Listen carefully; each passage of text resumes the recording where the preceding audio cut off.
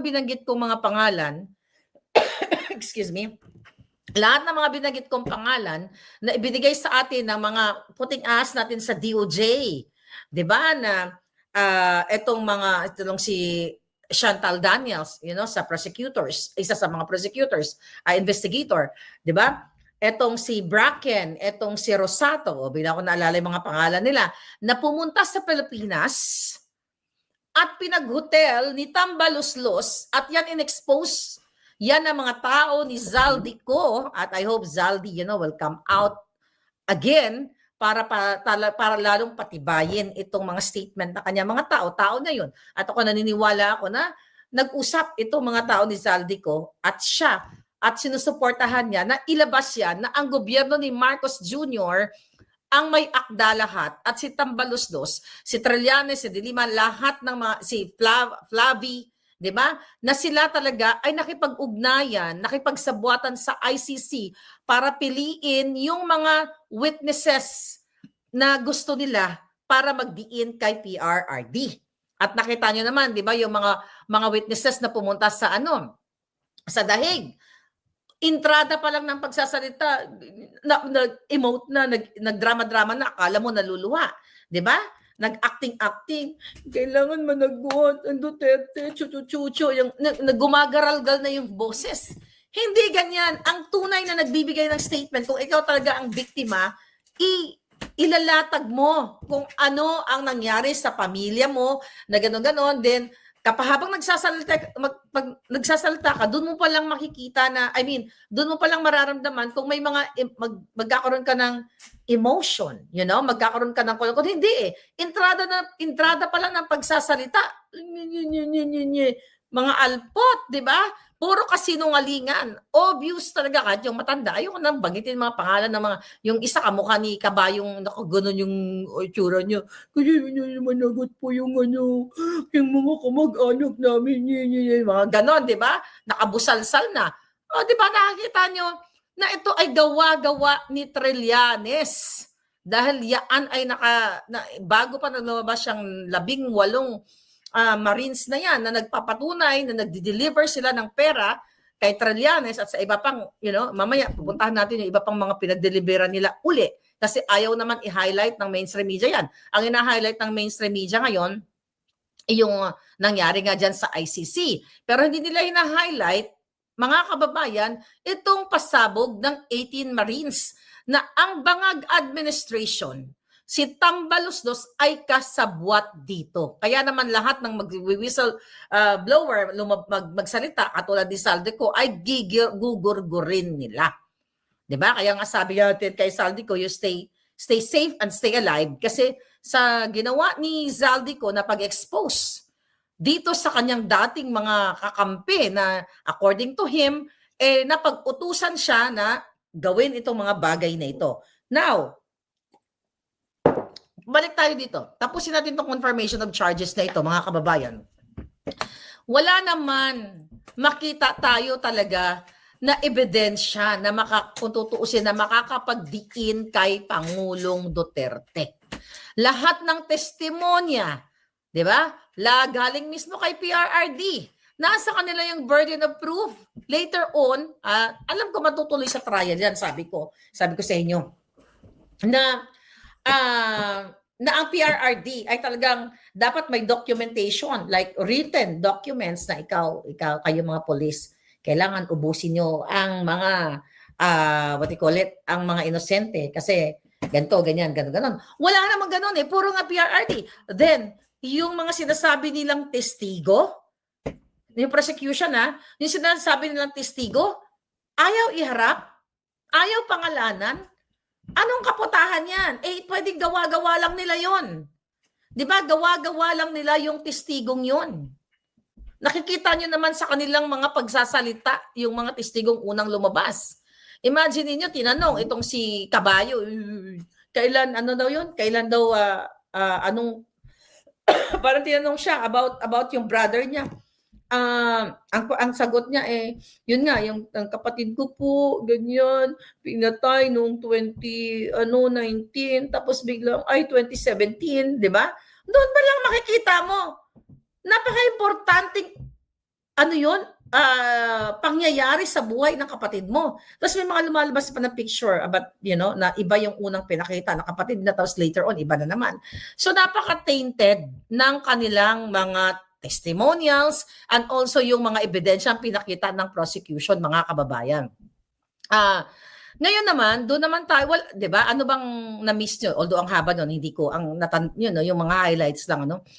Ang nakita ko lang, okay, yung last in closing remarks, that was yesterday. Yung sinabi ni Kaufman about kay PRRD, na sabi ni PRRD, well, it's really emotional appeal naman talaga yon.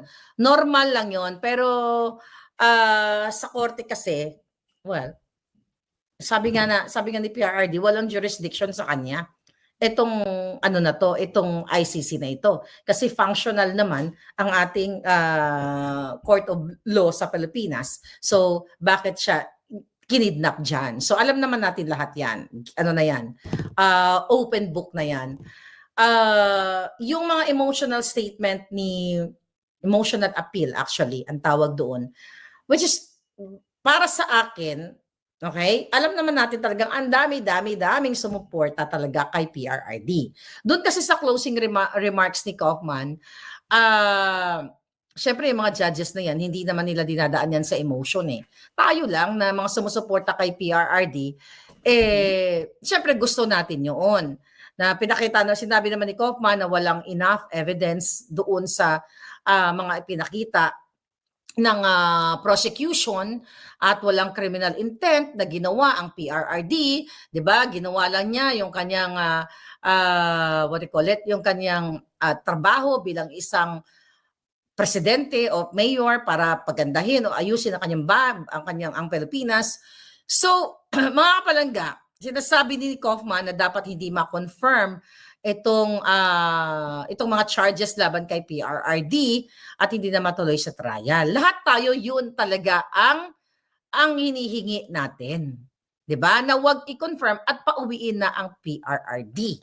Ang sa akin lang, I'm not sure kasi according to Kaufman, I think that was day 2 o day 3, na mayroon siyang ebidensya nga laban dito sa mga ICC, 'di ba, na binribe.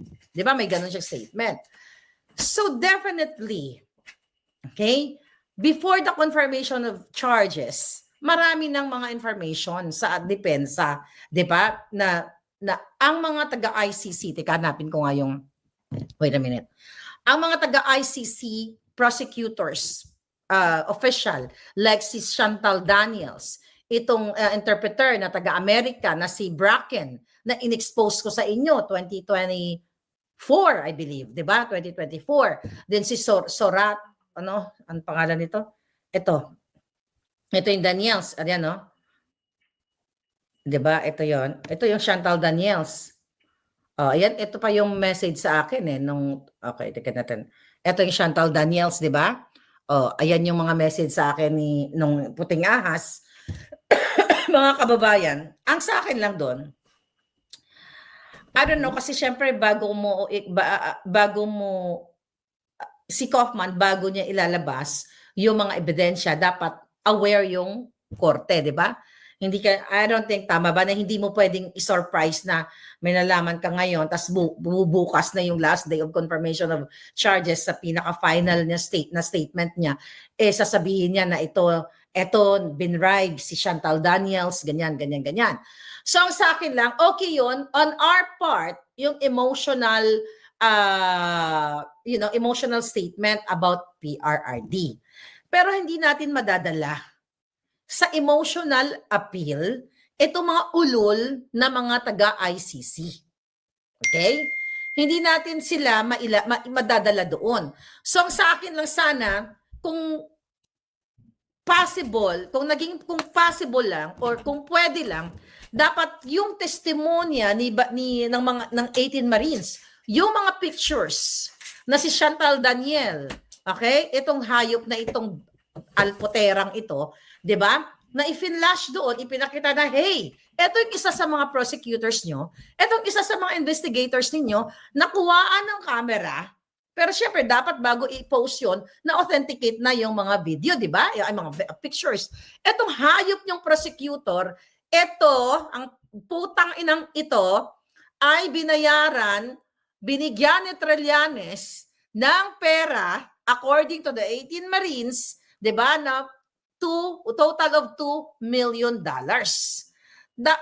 I just don't know, ha? Maybe kinausap ko si Harry, maybe mamaya tanungin natin siya na posible ba yon?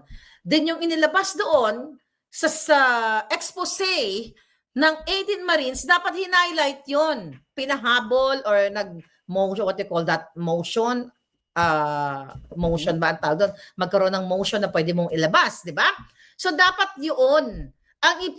Para lang to sa akin, sa common tao na nag-o-observe. Wala naman tayong alam dyan sa, na yan, sa ICC. Hindi naman tayo abogado. Pero kasi, yung information na binigay ni Kaufman, yung sa yung kahapon, yung sa pinakahuling niya, statement niya, na si PRRD is mag-81 na kawawa naman talaga ang PRRD.